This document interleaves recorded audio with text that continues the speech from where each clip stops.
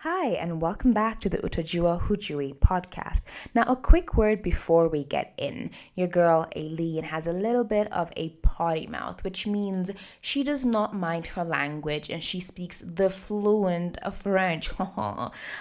Which is all to say that I understand that some people are a little bit uncomfortable with.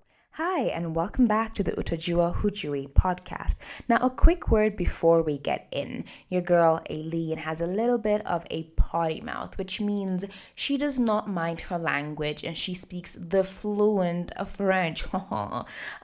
Which is all to say that I understand that some people are a little bit uncomfortable with this language, so here's just a warning for you. If, however, you are not uncomfortable and you would like to learn about the world around you and capitalism and colonialism and just like all this fun shit with a dazzling, brilliant, and funny host, if I do say so myself. Keep listening. Story na, see story, chulo de. Tom Mboya, Tom lawyer, court goer, Tom soldier, intellect, smart fighter, Tom scholar, top scorer, Tom leader. And welcome back to the TJRC podcast. You want to know what song I miss, Kariithi? Mm-hmm. Or know what song is, I think, maybe the greatest of all time? You have to be very careful with the next words you say. Bartender by T-Pain. That's a good choice. Hey, where's the bar? And who, in this context, who's the bartender? Is it me? Oh, please. Yeah, it's me. Please stop loving yourself too much. Kwani! Please. Kwani, it's you. Yes. No. Yes. Sir. You'll be craving over my drinks. Nah. But anyway, people have heard your voice. What is your name? What is your deal? Is GK, aka Kariithi, aka Greatness, aka Aileen's favorite co-host. No longer the assistant host. I'm no longer the Robin. More like Batman 2. Batman, the one who looked cooler, like the Dark Knight. Like I'm more the Dark Knight. She's like George Clooney. The one with the underwear outside the trousers. Oh, Adam West. Adam West is the best, like one of the fun, campy Batmans. Did you actually try and say that Adam West is the best? I was going to. I mean, if you're into camp and like it being ridiculous, the third best Batman. I'm assuming fourth best Batman. I'm assuming after the whole Robert Pattinson thing, the movie, the list is now Christian Bale. Absolutely. Maybe Ben Affleck, but I don't really care. Robert Pattinson. Yes, 2. And then I don't know who's your number 3. No, watch Michael Keaton. George Clooney. Really? No. He's like the worst. I haven't watched any of them. Okay. But Christian Bale is the best, and I think everyone can agree Christian Bale is the best. He's the best. He's amazing. So yeah, okay, let's just get into this. What am I drinking? My wonderful tea. I'm still drinking Creature Gold green tea and mint. It's not this thermos. Let me tell you the thermos that I have before me. I don't know what it's called. I don't know where it was bought. I don't know what brand it is. The worst plug I have but ever this heard. Thermos is sent from heaven.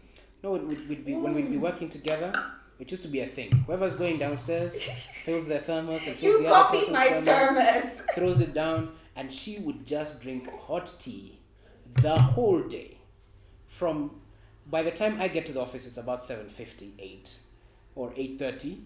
She's been in the office from like 7:15. Yes.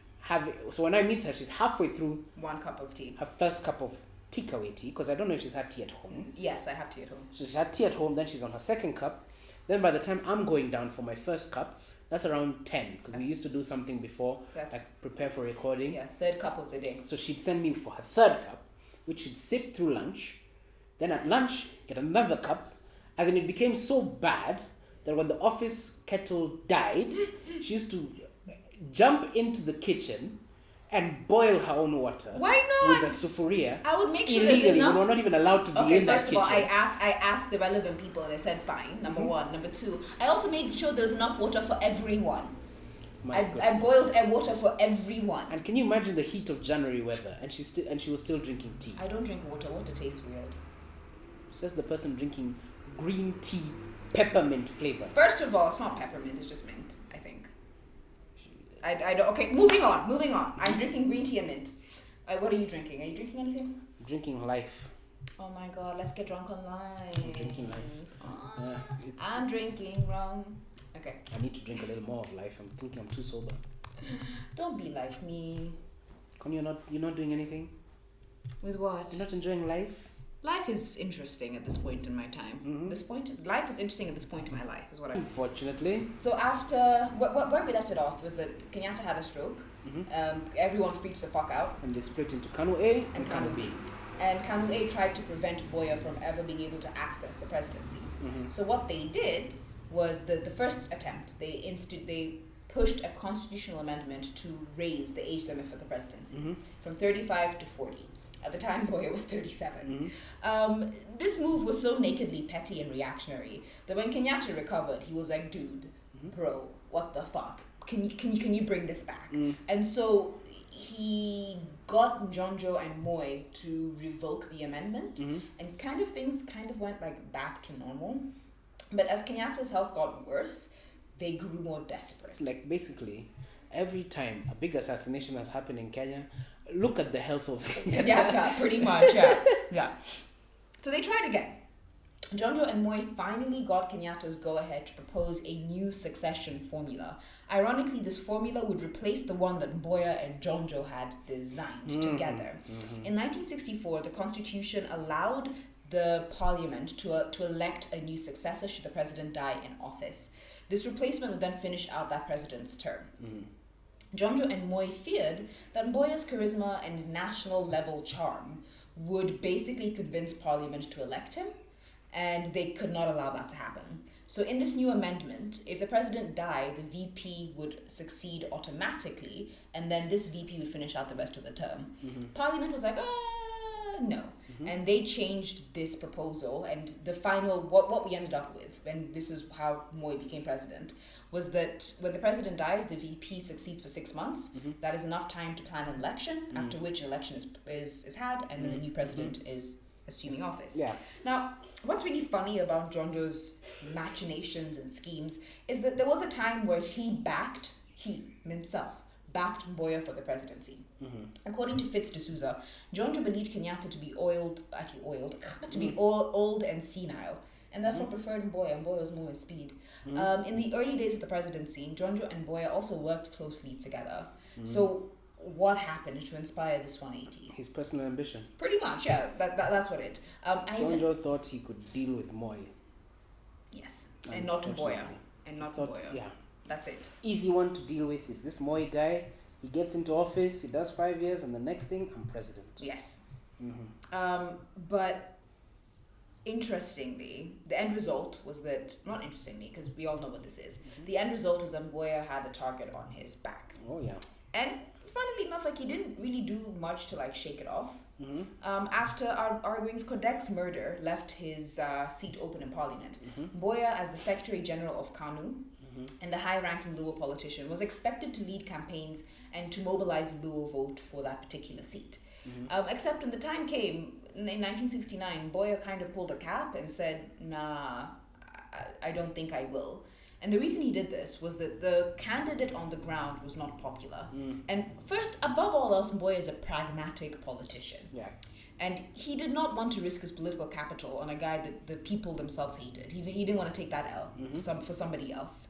But also, personally, and this is somebody, a guy called David Goldsworthy makes this argument, that Mboya had already been so marginalized by KANU A, and so thoroughly excised from the inner rings of power, that he said no to helping them out because he wanted to show, see, you don't want me, see, do it yourself. You'd never do that with people in power, because when they realize, oh, I can do it myself, or you fucked me, they're going to come for you. They're coming for you, and that's exactly what happened. Because KANU lost this election. KPU, Odinga's party, won this election, and everyone blamed Mboya. They were like, you should have done something. You should have come in to help. And now that they all realize that he had nothing left to give because he's not helping them in elections anymore.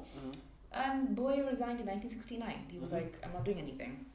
And later, he left the country in June of that year. When he returned, he was assured that as a retired MP, he was safe. That nobody was gonna touch a hair on his head.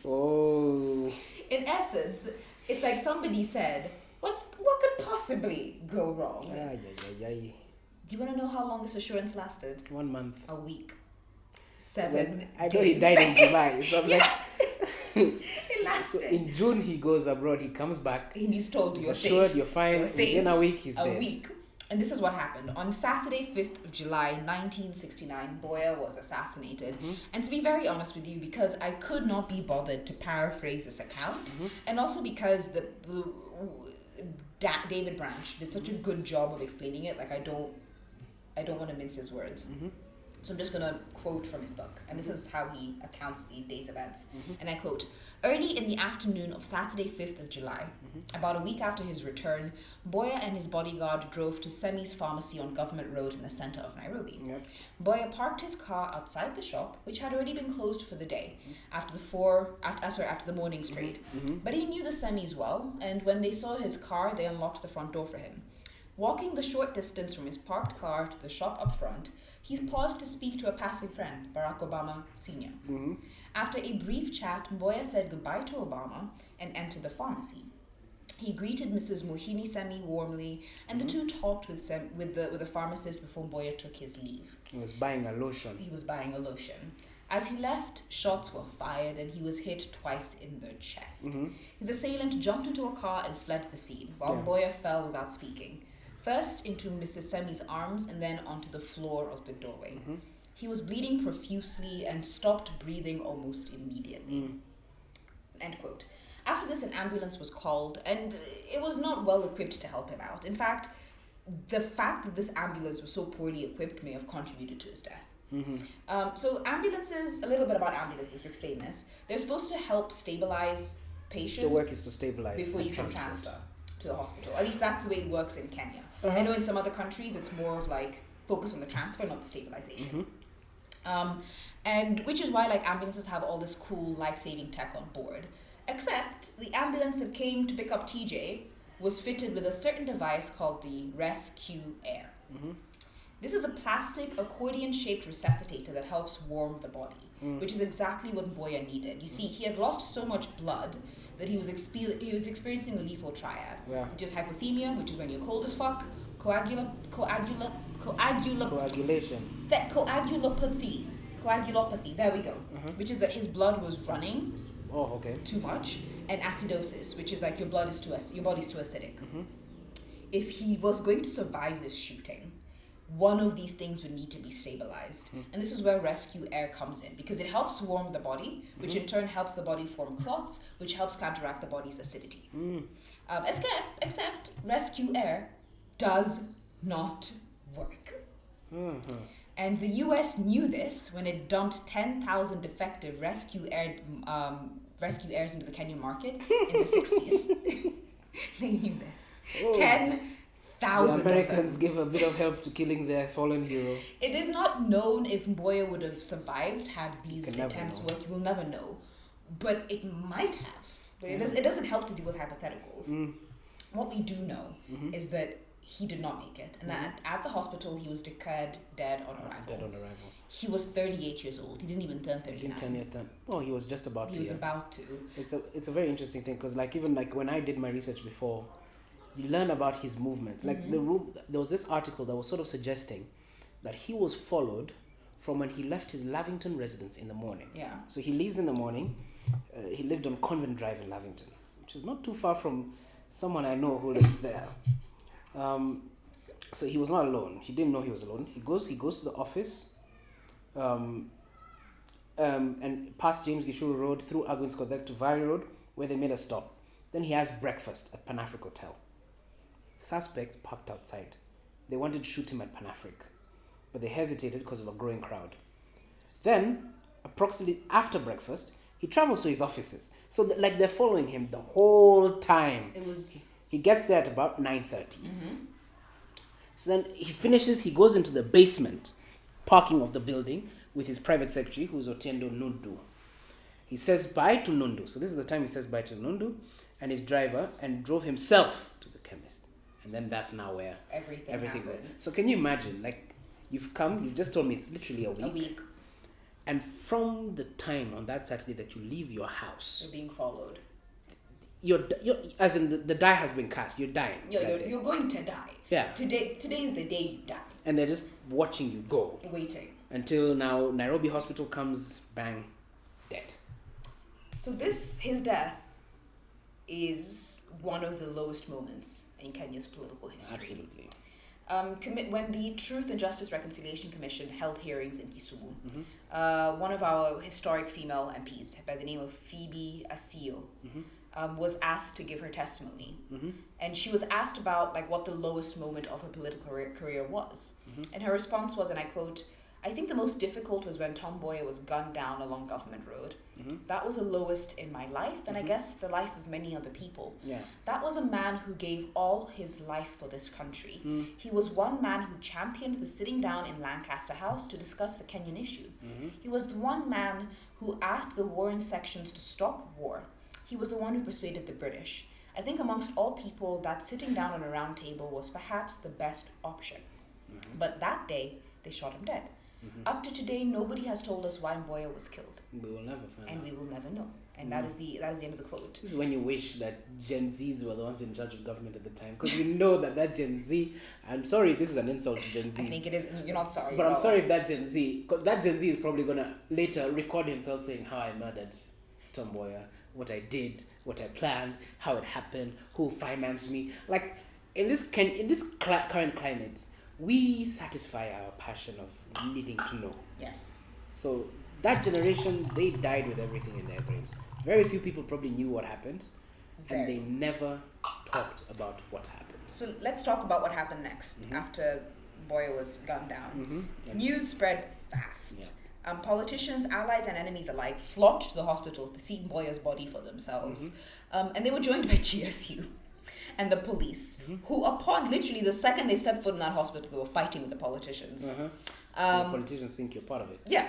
But many of the politicians who came to the hospital were Luo, and they were very quick to suspect foul play.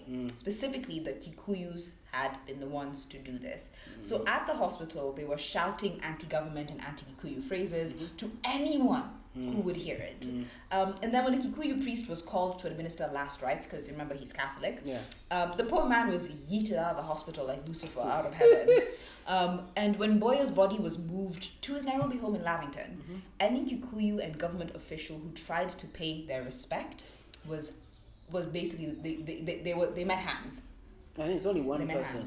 Moi tried, and his car was pelted with stones. There's only one Kikuyu out of the whole process who was accepted, and I think he was our third president. It was Kibaki. It was Kibaki. I really do think that somebody needs to write a Kibaki book that explains how he managed his relationships. Somehow, Mboya dies. He's the only Kikuyu sort of accepted, because I know you're gonna get there, but like the funeral service. It was a shit show. In fact, here we are. His funeral, or the Requiem Mass, was held on the 8th of July at Nairobi's Holy Family Basilica. I think the president was Basilica. The president was there. He tried. For Easter. Everyone loved it. You know, this. But the president was there this year for Easter. Kenyatta, not Ruto. Former president. Yes. Okay. What I find really interesting is that 2023 is the year I learned that Uhuru Kenyatta is a Catholic. Oh, that's very strange. I wasn't expecting it at all. Very strange. It just doesn't compute. They also build a lot of Catholic. What are they called? Churches. Yeah. Whatever. Hi, editing me. So as I was editing, I realized what the word is that we were looking for.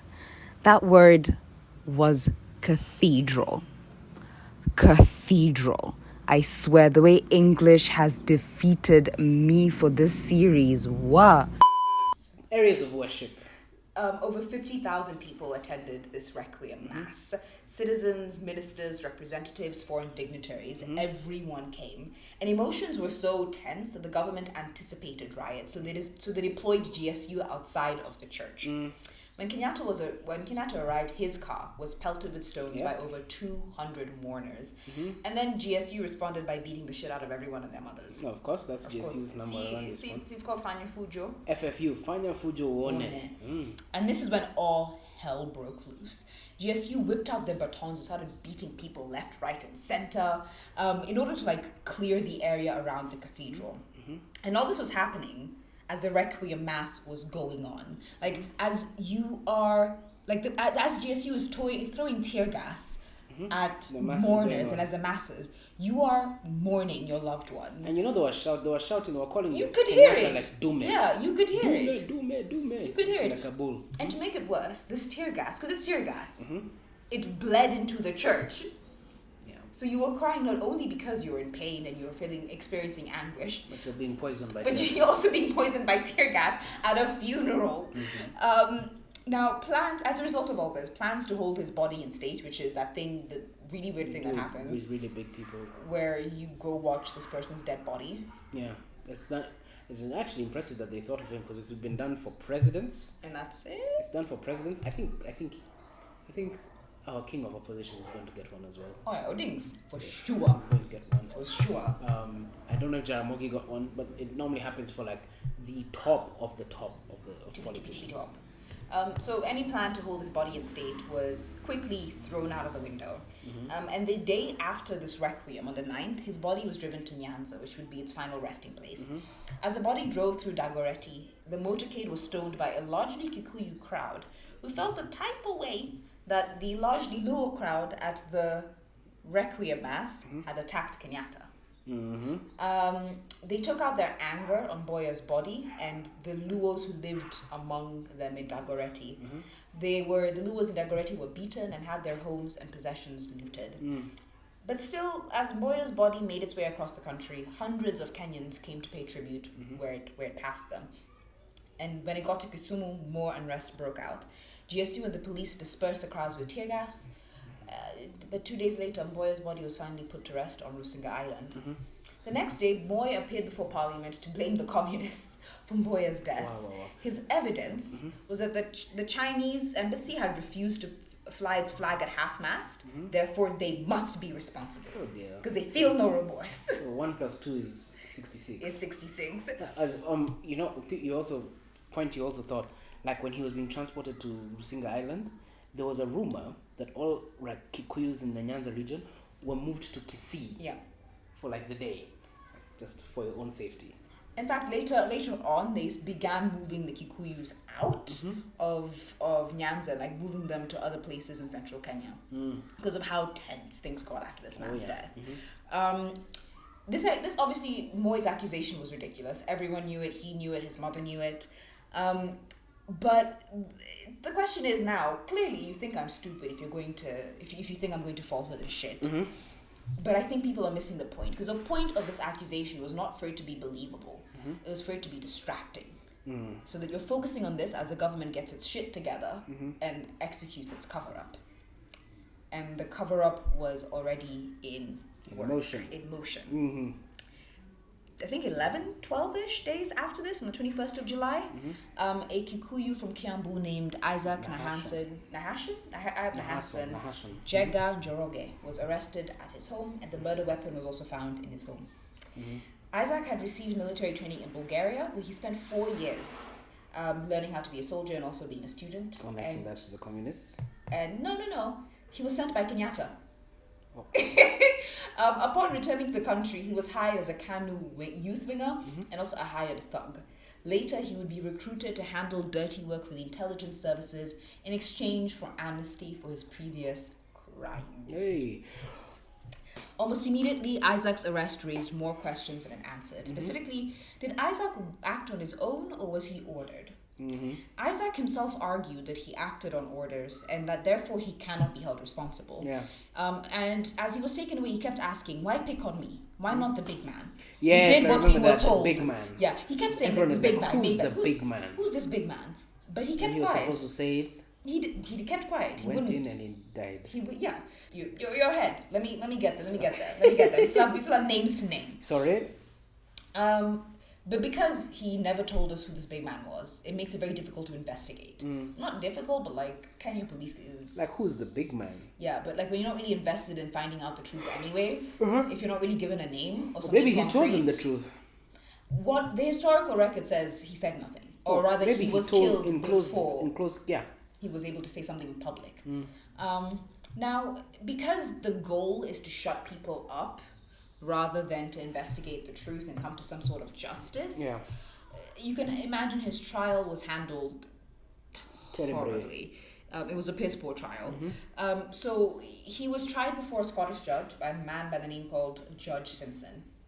And the outcome of the trial was already a foregone conclusion. Chief Justice Kitili Mwendwa told British diplomats that, and I quote, he had no doubt that it would end with the conviction of Njega. The trial lasted 8 days. For reference, criminal trials take months. Yep. Months. 8 days is a joke. In the trial, the state's prosecutor, a guy called John Hobbs, even admitted that it was fairly clear that Jenga was acting in the agent of a conspiracy, but that also Jenga himself is guilty, because they argued he fired the gun. Yeah. So on the 10th of September, Simpson found Isaac guilty, Jenga guilty, despite the fact that the state could not prove Isaac's motivation and that he was the one who actually fired the gun. They tried, but they couldn't prove it, not to the beyond a reasonable doubt standard. Nevertheless, Isaac was sentenced to death.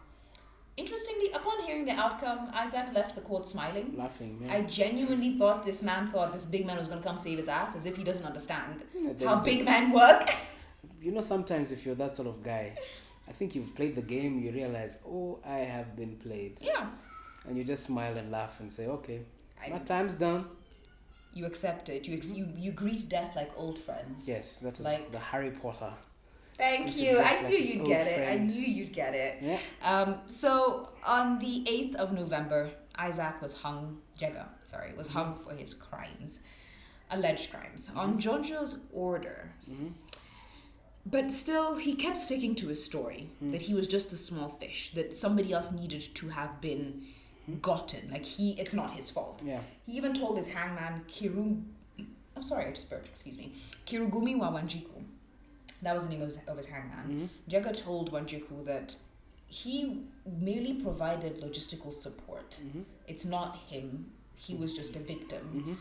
Still, this is part of it. His claims were never investigated, have never been investigated. Apparently, and I'm pretty sure right now it would be difficult to investigate them. Apparently when Jonjo ordered his death that day, it happened so fast that like the priest was not present. Yes, and that's actually where we're coming to next. Because the fact that Jonjo signed the orders and the fact that it was so quick has led people to conclude that he's the one that planned everything. Even the British High Commission in 1973 alleged that Jonjo, and I quote, more than probably had a hand in the death of Mboya. He was Kenyatta's guy, and by the late 60s he was the state. He controlled the state. So maybe if he didn't plan it, he definitely knew something was happening. Yeah. There's no way it didn't cross his desk. And then he just figured, you know what, let me just clean up other people's messes, because it was going to implicate him in some way. But eventually the British, and the fact that like this idea of Jonjo being the ultimate perpetrator, the big man in charge, never really left. It has remained in the public consciousness ever since. But the British also thought that Charles Rubia was behind it as well. Yes. Yeah, because Rubia was Mboya's immediate competitor after Odinga. They both were fighting for the post of Kanu Gensec and for Mboya's Nairobi constituency. Additionally, sources close to the police investigation initially made it very clear that Rubia was a prime suspect. However, by the late 1960s, Rubia was also seen as a threat to the government. He was wealthy, charismatic, and popular. And he also pissed off Kenyatta by interfering with Kenyatta's sister's race for Nairobi mayor. Yeah, I think he won. Yeah, he pissed him off. And also, what is so interesting about hearing that Charles Rubia was a suspect was that fast forward like 10 years and Charles Rubia was the second to Kenneth Matiba in the race. Like so Saba, all the torturings that happened to Kenneth Matiba were happening to Rubia. Very interesting. But interestingly enough, like the way the British intelligence interpreted all this information was that they argued that Rubia was not the guy who planned everything, but he was supposed to be the fall guy. But this was quickly abandoned, and all fingers, everyone pointed at the Kiambu Mafia. The Americans, the CIA, the British, everyone was like, nah, the CIA, like, what's it called? The Kiambu Mafia was the one in charge with this, of this. And I don't know, like, what do you think? We don't know enough to... It's really hard. Because, like, as you've just broken it down, Tom Mboya was a threat to so many people. we've all sort of accepted that the writing was on the wall that he was going to be our next president. So, were the Gatondo Mafia happy with that? No. Does it make sense that Charles Jonjo was involved? Number one, Charles Jonjo, across the board, passed away with a very complicated legacy. Like, there's some things that people really loved him for. They loved his bravado and that he got his suits done in the UK and all that. But his legacy was still so complex because everyone feels that in that 60s and 70s period, the power he wielded and the actions he took were very dark and very selfish. Yeah. And so if he was backing Moi, and he sees Mboya as the biggest threat, and this guy called Kenyatta is always sick, it kind of makes sense that the Kiambu... It doesn't make sense to me that Jomo did it. Does it make sense that his people did it? Yes. Yes. But not Does it Jomo. make sense that Moi did it? Yes. Does it make sense that anyone else did it? Absolutely. Jomo, the death of Tom Mboya was a consequence of succession politics. Yes. I think that's the one thing we can all accept. Yes. That, damn, if you want, never be the succession guy in a new state. Please, don't be 1 or number 2. Go for number 5. Be number 5. Later. Have those other bodies be in front of you. Remember, if you're ever caught in the woods with a bear, your goal is not to outrun the bear. No. It's to outrun your friend. Yeah, you'll run the next person. Yeah, so, all of these guys, JM, Tom Mboya, and many others who struggled and suffered and were beaten and whatever, especially, were a consequence of succession politics. Compare this assassination with the JM one we talked about in the last 2 episodes. Like, yeah, because you made the argument that like the Tom Mboya one was everything was handled so well that it had to have been like preordained, orchestrated, premeditated, yes. premeditated. Whereas the JM one was such a It shit was show. a mess. That one, the way you broke down that thing for me, I was like, oh my god.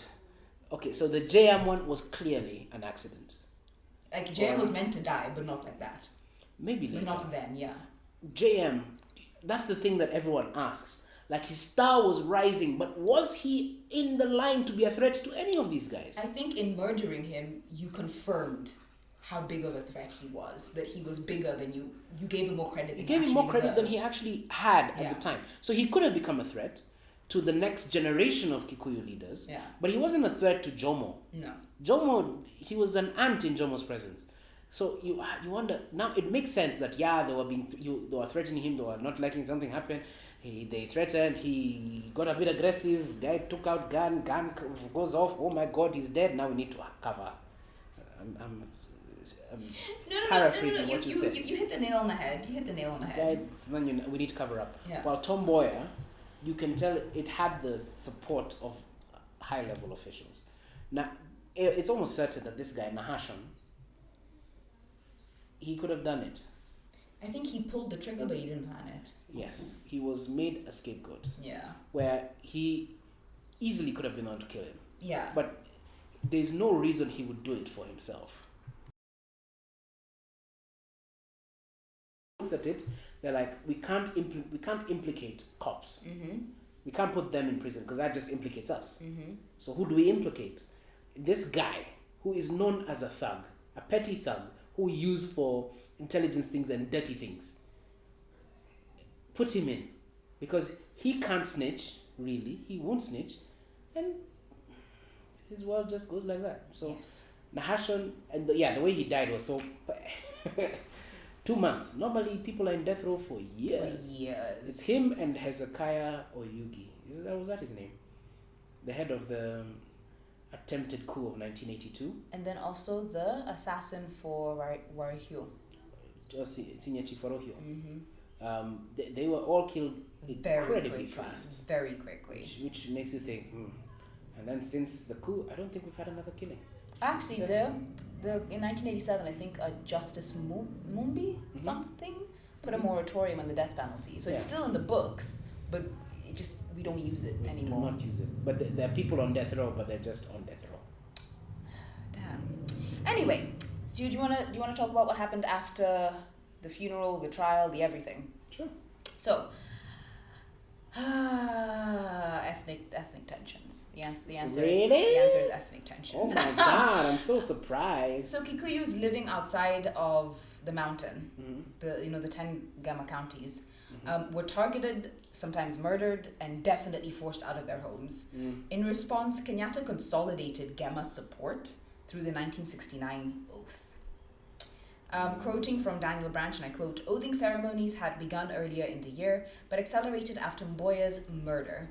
Through 1969 and into the early 1970s, Kikuyu, Embu, Meru, and Kamba were taken in their thousands to Kenyatta's home. One estimate suggested over 300,000 people were transported to Gatundu. According to one account, they swore thus: the government of Kenya is under Kikuyu leadership, and this must be maintained. If any tribe tries to set itself up against the Kikuyu, we must fight them in the same way that we died fighting the British settlers. No uncircumcised leaders, i.e. law, will be allowed to compete with the Kikuyu. You shall not vote for any party not led by the Kikuyu." End quote. This was, I'm pretty sure you guys remember this oath because it made it's reared its ugly head in the 2022 presidential elections. Like it had to be taken back to allow people from the Gama to support Raul. It's a crazy oath. And also, the funny thing about the oath, people think that people just went to Jomo. Many of them did not go willingly. Like many of the leaders who were taken to stand before Jomo and make this oath, they thought they were being invited for lunch. Just regular they tea. They were doing like regular things. And then they arrive and there's the oathing ceremony and they're being forced or being pressurized into taking these oaths, which many of them didn't believe in. Like guys like John Joe, would they really believe in that? Not really, because this just smacks of like Kikuyu nationalism in the worst possible way. Because it's weird that you believe that you have such a right to this country that you will die to defend your right to lead it. Not to be a citizen, but to dominate it. I think it got to a point of, this was a response. Remember that also, Jomo Kenyatta, after the 60s, had never stepped foot again in Nyanza. Yeah. Because of... development also. No money went to Nyanza after that. Because of what Odinga sort of embarrassed him. And from that situation, he never went back. Many people died the last time he was in Nyanza. So he got a hatred because he really thought, and this is what happens with those first leaders. You think you're nationally loved.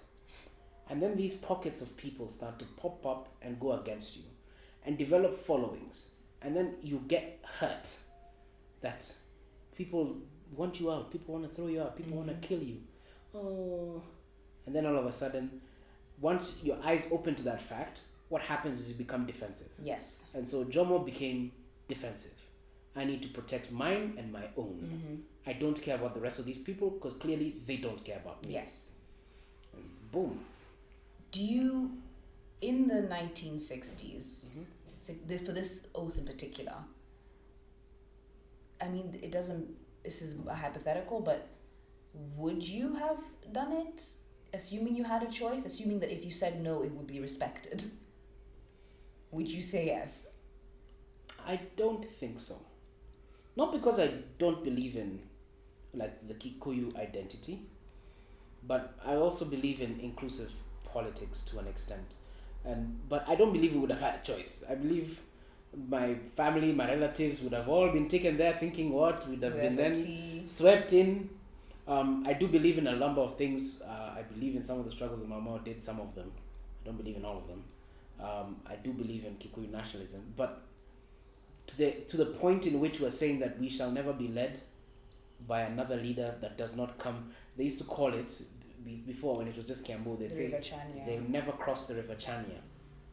I think that's an extreme level that can never happen in a growing nation.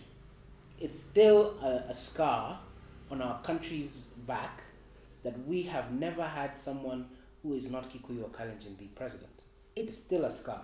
I don't think that, for me, it's not that scar, right? Because we had, as a nation, we had the opportunity to elect somebody who was not Luo, who was not Kalenjin or Kikuyu, like somebody who could have actually won and actually governed and like done it, and we didn't. Yeah. So at that point, it screams to me like we were presented this opportunity to change the narrative, to expand what it means to be a president in this country. And we flipped it off. And we did the it. Middle finger. Yeah, so it makes you wonder, like, have we been manipulated to think a certain Absolutely. way, or was the election stolen? It's the beauty. Or I don't believe the election was stolen. I think it's the beauty of politics and political narratives. Because what happened is, that's a narrative that they didn't stick on enough.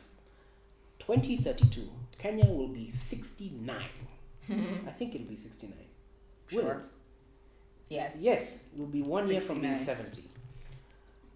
If we go with the trend that Ruto is going to do 10 years, it means that the Kikuyus will have done a total of 25 years, something like that, while the Kalenjins will have done a total of 24 years to make 69. Nothing else. The rest is 0, 0, 0, 0, 0, 0. And it's a fact that what was used to tackle it was this hustler thing, that no, it's actually a thing of hustlers, or that Raila's an evil man. But we are going to, and this is just a point of discourse, I think we're going to hit a very curious point in our nation's history where we have to address the elephant in the room. And the elephant in the room is that, yes, the Kikuyus are the biggest tribe by a huge margin, but there are others. And if they don't receive power, where are we leading this nation to? Do you also think, because as you were saying that, like another thought came to mind, it's this, as a, I guess, a Gamma nation, the next generation, people like you and me, it's not that we don't see tribe, it's not that we're not aware of the way it's impacted our lives, but it's more that we choose to work beyond it, to work around it, to build connections and bridges with people who are not part of our communities. And do you think things will change once we enter once our generation? I think we'll be forced to see tribe. Not by our parents, but by the nature of the system, by the reality of the situation. Because what is going to happen, and this is just a random hypothesis, is that at a point, a Gemma person like Aileen, you don't like me saying the full name, Aileen, thank you, will run for president, and she will be rejected based on the fact that she's a Kikuyu. Yeah. Nothing else. So even though you try this nationalist thing, you will be rejected based on the fact that you are a Kikuyu. And it's a consequence of history. So I think we will be able to look beyond it, but still there'll be this narrative, this lingering narrative that will come between every political class until the chain is broken, that a Kikuyu can't believe in non-tribal politics. They can't, because they have been the benefit, and this is partially false, but they have been the beneficiaries, it's also largely true, of a system that has chosen to keep them in power for the entire history of our nation. It's why I consistently ask you, are we the white people? I'm not going to say that, because I'm very happy and proud of who I am and where I come from. Nobody's asking you to denounce. I'm not apologetic. Yeah, nobody's asking you to denounce it, but I think it's, when I ask that question, it's more like, do we, like white people in the US and in Europe, have to reckon with the roles our community has played in the history of this country and what it's meant for everyone else? You can only take it if you take all sides of that story, because if it were not for the struggles that many of the Gemma people did and Gemma leaders were put in, where would we be today? It's also, you can look at the negative, like Gemma has had negative impacts on the way society works because of being selfish and going for Gemma. But also Gemma has done a lot in fighting for the country. Gemma suffered the most when it came to colonialism. Those are true things that we all sort of brush over. But I just implore Gemma people to think long term. Yes, you want to keep Gemma and the Kalenjin together now, but think about your populations. Think about your children. They may never be allowed to run for president based on the fact of their tribe, because of the way the tribe has organized itself for the last 60 years. Okay. There's a lot I want to unpack there. I think the first one being is I don't know if it's true that we suffered the most. I would argue people of the coast definitely suffered some bullshit. Even the guys in Kisii, that area, the Kalenjins. In my James Finley episode, I talked about how the British orchestrated a genocide against a particular subset of the Kalenjins so that they could get their land. Yeah. So I think we need to get away from this rhetoric of like oppression Olympics, of trying to figure out who suffered the most, and therefore and that suffering therefore gives you a much bigger claim to the country. But it's also the exact opposite, isn't it, as well? That what? That then you shouldn't also going from who benefited Olympics as well. Exactly. So you just have to go to ground zero, because Gemma did benefit. Like, unfortunately, But also Gemma is the biggest population in the country. Like, for now, yes, there's some populations coming. Our people are not reproducing. The Luya Nation. As a Gemma woman myself, it's not my fault. It is your fault. It is your fault. Why don't you have 3 by now? For example, and also interestingly, increasingly, a lot of Kikuyu women are like dating outside of their tribe. Hey, what are you guys doing? So even like our children. Yes, they're Gemma. But they're not Gemma. But also not fully Gemma. Exactly, especially because of our tradition. So they're like, if you marry a Kamba, we'll call your child a Kamba. Yes. If you marry a with the exception, with the exception of like, if they're from like a different race. If it's a different race, then like, it's complex. It's complex, but you sort of leave them be. Like, My understanding has been that we will invite you into the culture as much as you want. But yes. It's there for you. It's also like a mirror sort of thing. You get there, but you never get fully there. Yeah, my whole idea is that Tom Mboya was a national hero. He did a lot of great things.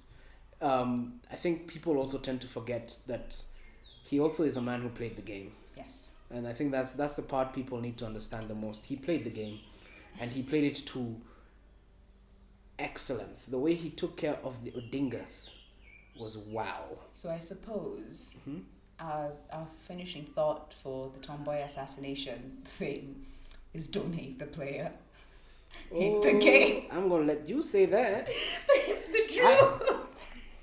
But it was the game. Unfortunately, that's how the game of politics.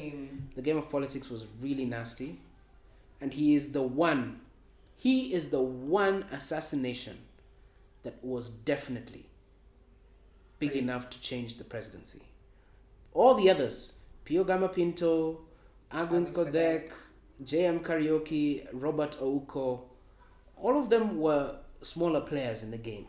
Tom Mboya was going to be our president. He was going to get shit done.